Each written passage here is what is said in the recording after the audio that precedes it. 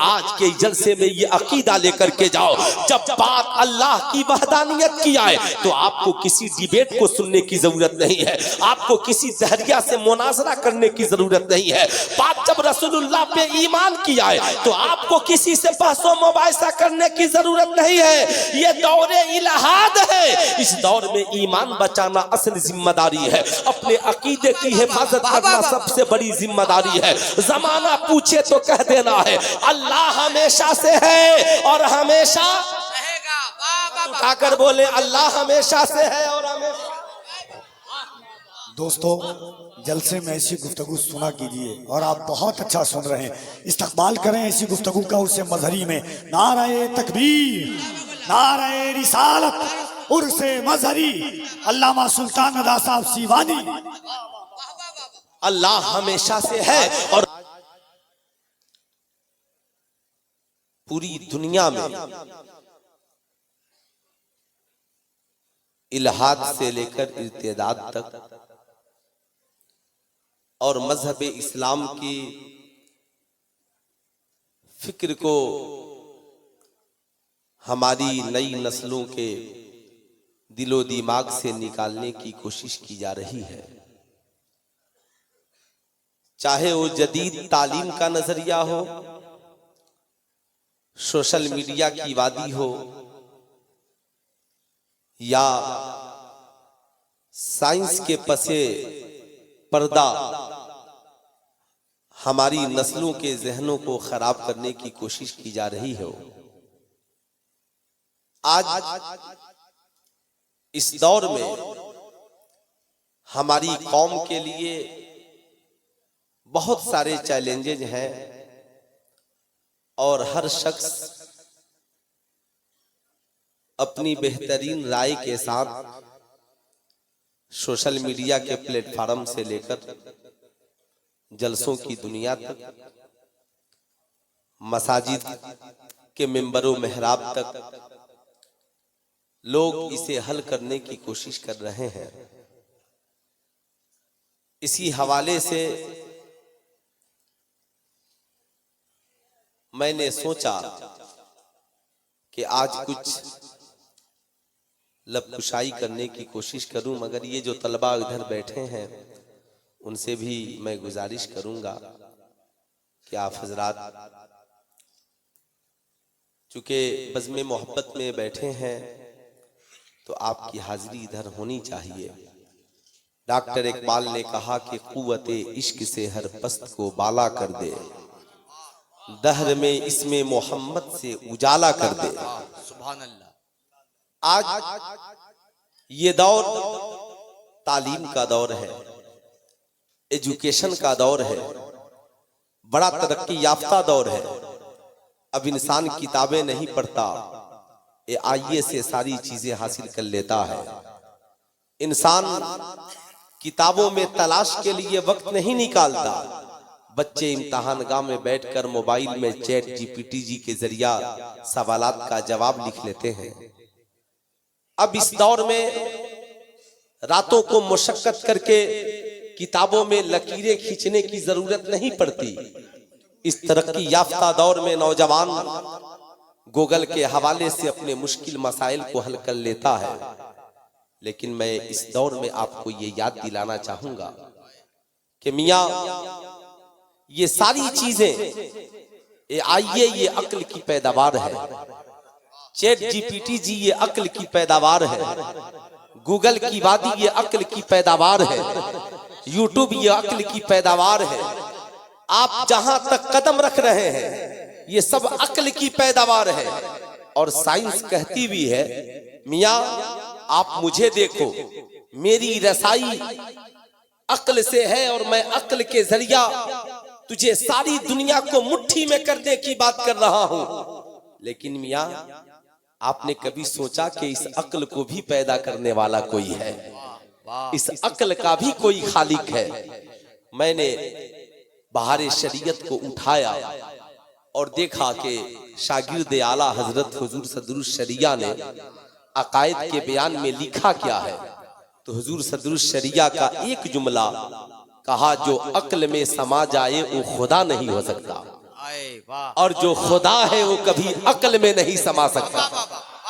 यही वजह है यहाँ पे इतने हुफाजे किराम बैठे हैं, आपने पूरे कुरान का मुताला किया है, मगर जब हम शोहदा की जिंदगी का मुताला करते हैं तो कुरान कहता है वला किल्ला तशउरून, अल्लाह ने तुझे इतनी अक्ल नहीं दी कि तुम शहीदों की जिंदगी को समझ सको। तो मैं आपसे पूछना चाहता हूँ मियाँ, जब हमारे पास इतनी अक्ल नहीं कि हम शहीदों की जिंदगी को समझ सके, तो फिर हम नबी की जिंदगी को कैसे समझ सकते हैं? हम खुदा की जिंदगी को कैसे समझ सकते हैं?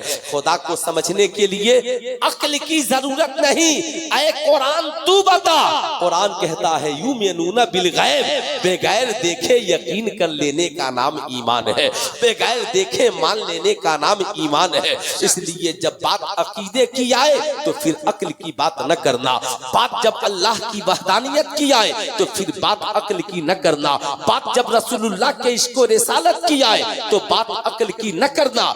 याद रखना, साइंस कहती है इंसान पैदा कैसे हुआ ये मैं बताऊंगा, मगर कुरान कहता है इंसान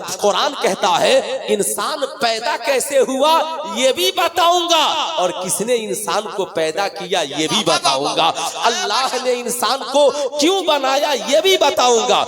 यही साइंस में और कुरान में फर्क है। याद रखिएगा, अगर आज का कोई रिसर्चर ये कहे मियाँ ये घड़ी है, लेकिन मैं ये बता सकता हूँ ये घड़ी है कि ये घड़ी चलती कैसे है, इस घड़ी के अज्जा क्या है, इस घड़ी में सुई है, ये सारी चीजें हैं, मगर ये मैं नहीं मानता कि इस घड़ी का बनाने वाला भी कोई है। ये घड़ी खुद ब खुद है। मैं क्या आपको याद दिलाना चाहूंगा, कुरान ने 1450 बरस पहले कहा अफला यतदब्बरूनल कुरान, ऐ लोगों कुरान रखते हो मगर कुरान में गौर व फिक्र नहीं करते हो। कुरान जगह जगह इल्म वालों से खिताब करता है, पढ़े लिखों से खिताब करता है, एजुकेटेड लोगों से खिताब करता है, ब्रिलियंट लोगों से खिताब करता है।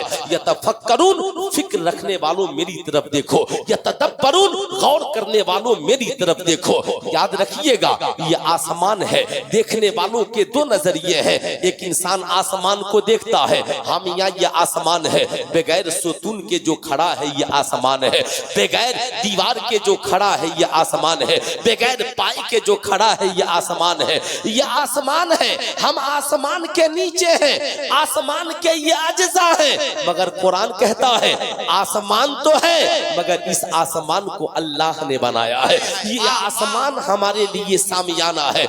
आसमान को देखकर खुदा की कुदरत को समझो, खुदा की कुदरत का ऐलान करो। नजरिया दोनों के अलग अलग है। मैं आपको याद दिलाना चाहूंगा मियाँ, अगर समाज में ब्रिलियंट लोगों को तलाश करना है तो आप किसे तलाश करेंगे? आप कहेंगे मौलाना समाज में अगर ब्रिलियंट तलाश करना है तो इस दौर का जो सबसे बड़ा ब्रिलियंट वो है जिसका मैथ मजबूत हो, साहब जिसका जो मैथमेटिक्स में मजबूत हो। जाहिर सी बात है, हमारे यहाँ आप मदारिस इस्लामिया में भी देख ले, जब यहाँ पर पूछा जाता है हमारे तलबा में सबसे ब्रिलियंट कौन है, कहते हैं जो विरासत के मसाइल को हल कर लेता है वो सबसे बड़ा ब्रिलियंट पढ़ा लिखा और अक्लमंद नौजवान माना जाता है। आपसे मैं पूछना चाहता हूँ, सारे अक्लमंद लोगों को जमा कर लीजिए, सारे ब्रिलियंट लोगों को जमा कर लीजिए, सारे अक्ल वालों को जमा कर लीजिए। आप उनसे पूछिए आपका खास सब्जेक्ट क्या है, वो कहेंगे मेरे खास सब्जेक्ट का नाम है मैथ। आप पूछिए मैथ की शुरुआत कहां से होती है, वो कहेगा मौलाना साहब मैथ की शुरुआत तो एक से है, मगर मैं कहूं मियां कि जब एक गिनती से होती है, गिनती की शुरुआत एक से है, मगर बताओ इसकी इंतहा, कहेगा मौलाना साहब जिंदगी खत्म हो सकती है मगर कभी गिनती खत्म नहीं हो सकती है। 100 के बाद 101 होगा, 1000 के बाद 1001 होगा, लाख के बाद 1,00,001 होगा, करोड़ों के बाद 1 करोड़ 1 होगा। मियां जिंदगी खत्म हो जाएगी मगर हम गिनती की इंतहा को नहीं पहुंच सकते। कुरान ने 1450 वर्ष पहले कहा कि याद रखना तुम खुदा की नेमतों को शुमार नहीं कर सकते, उसका इहाता नहीं कर सकते, वला तहद्दु वला तहसूहा। याद रखिएगा आप उसका शुमार और उसका हुदूद नहीं कर सकते। मैंने कहा चलो ठीक है, गिनती की इंतहा नहीं है मगर गिनती की इब्तिदा तो है। कहता है हाँ मौलाना साहब गिनती की इब्तिदा है। कहा इब्तिदा क्या है? कहा इब्तदा ये है, पहले 10 था, 10 से पहले 9 था, 9 से पहले 8 था, 8 से पहले 7 था, 7 से पहले 6 था, 6 से पहले 5 था, 5 से पहले 4 था, 4 से पहले 3 था, 3 से पहले 2 था, 2 से पहले 1 था। कहा 1 से पहले सारे ब्रिलियंट नौजवान बोल पड़े, मौलाना 1 से पहले कुछ नहीं था। कहा फिर ये 1 कहां से आया? कहा 1 से पहले 0 है। कहा ये 1, कहा ये 1 अपने आप है। कहा इस 1 को किसने बनाया? कहा 1 को किसी ने नहीं बनाया, ये खुद ब खुद मौजूद है। कहा फिर ये 2, कहा इसी 1 ने 2 को बनाया है। 3, कहा इसी 1 ने 3 को बनाया है। 4, कहा इसी 1 ने 4 को बनाया है। 5, कहा इसी 1 ने 5 को बनाया है। कहा अगर वो 1 ना होता, कहा अगर वो 1 ना होता तो ये 2 ना होते, ये 3 ना होते, ये 4 ना होते, ये लाख ना होते, ये करोड़ ना होते। बताओ एक शक्तिशाली है या ये करोड़ों शक्तिशाली है? सारे बिलियन नौजवान बोल पड़े, मौलाना वो 1 बनाने वाला है, ये करोड़ों बनने वाले हैं। वो 1 खालिक है, ये मखलूक है। बनने वाले बनाने वाले के सामने मजबूत नहीं हो सकते, इसलिए वही सबसे बड़ा ताकतवर है। साइंटिस्टों ने आज समझा है, कुरान ने 1450 बरस पहले कहा, ऐ महबूब कह दीजिए, कुल हो अल्लाहु अहद अल्लाहु समद लम यलिद वलम यूलद वलम यकुल लहू कुफुवन अहद। ऐ मेरी कौम के नौजवानों, इसलिए आज के जलसे में ये अकीदा लेकर के जाओ, जब बात अल्लाह की वहदानियत की आए तो आपको किसी डिबेट को सुनने की जरूरत नहीं है, आपको किसी दहरिया से मुनाजरा करने की जरूरत नहीं है। बात जब रसूलुल्लाह पे ईमान की आए तो आपको किसी से बहसो मुबाहिसा करने की जरूरत नहीं है। ये दौरे इलाहाद है, इस दौर में ईमान बचाना असल जिम्मेदारी है, अपने अकीदे की हिफाजत करना सबसे बड़ी जिम्मेदारी है। जमाना पूछे तो कह देना है अल्लाह हमेशा से है और हमेशा उठाकर बोले अल्लाह हमेशा से है और हमेशा। दोस्तों, जलसे में ऐसी गुफ्तगू सुना कीजिए और आप बहुत अच्छा सुन रहे हैं। इस्तकबाल करें ऐसी गुफ्तगू का उर्से मजहरी में। नारे तकबीर, नारे रिसालत, उर्से मजहरी, अल्लामा सुल्तान अदा साहब सीवानी। अल्लाह हमेशा से है और हमेशा रहेगा। मियाँ इस दौर में अगर कोई दहरिया आपसे ये कहे खुदा मौजूद है तो दिखाओ, मियाँ कहने की जरूरत नहीं है, आप कहिए कुरान से पूछ लीजिए। रब फरमाता है अल्लाह नूरु सम्मावाति वल अर्द, अल्लाह जमीनों आसमान में नूर है। मैं आपको याद दिलाना चाहूंगा, मियाँ याद रखिएगा, जब अकायद का बयान हम पढ़ते हैं तो हमारे उलमा ने उसमें कई जगह मना फरमाया कि इन मसाइल में ज्यादा गुफ्तगू करना मना है, इसलिए कि आप अक्ल लेकर बहस करने के लिए बैठते हो। अक्ल लेकर हर जगह अक्ल की जरूरत नहीं है, अक्ल की जरूरत जहां पर है वहां अक्ल का इस्तेमाल कीजिए, और जहां दिल मोहब्बत इश्क वफा ईमान ईकान की जरूरत है वहां यकीन का इस्तेमाल कीजिए, वहां ईमान का इस्तेमाल कीजिए, वहां इश्क का इस्तेमाल कीजिए। यही वजह है जब रब ने फरमाया कुरान में वला तक़ूलू लिमन युक़तलू फी सबीलिल्लाहि अमवात बल अहयाउ वलाकिन ला तशऊरून। खुदा की राह में जो कत्ल किए जाए उन्हें मुर्दा न कहो बल्कि वो जिंदा है, वलाकिन ला तशऊरून, मगर तुम्हें उनकी जिंदगी का शऊर नहीं है। क्यों? अल्लाह जान रहा है, अल्लाह जान रहा है कि ये बंदे मेरी राह में कत्ल होने वालों की जिंदगी का इनकार कर सकते हैं। कल पूछ सकते हैं अगर वो जिंदा है तो है कहाँ, वो दिखते किधर है, वो है किधर, उनकी पर्सनालिटी किधर है। इमाम हुसैन जिंदा है तो दिखते क्यों नहीं, इमाम हसन जिंदा है तो दिखते क्यों नहीं,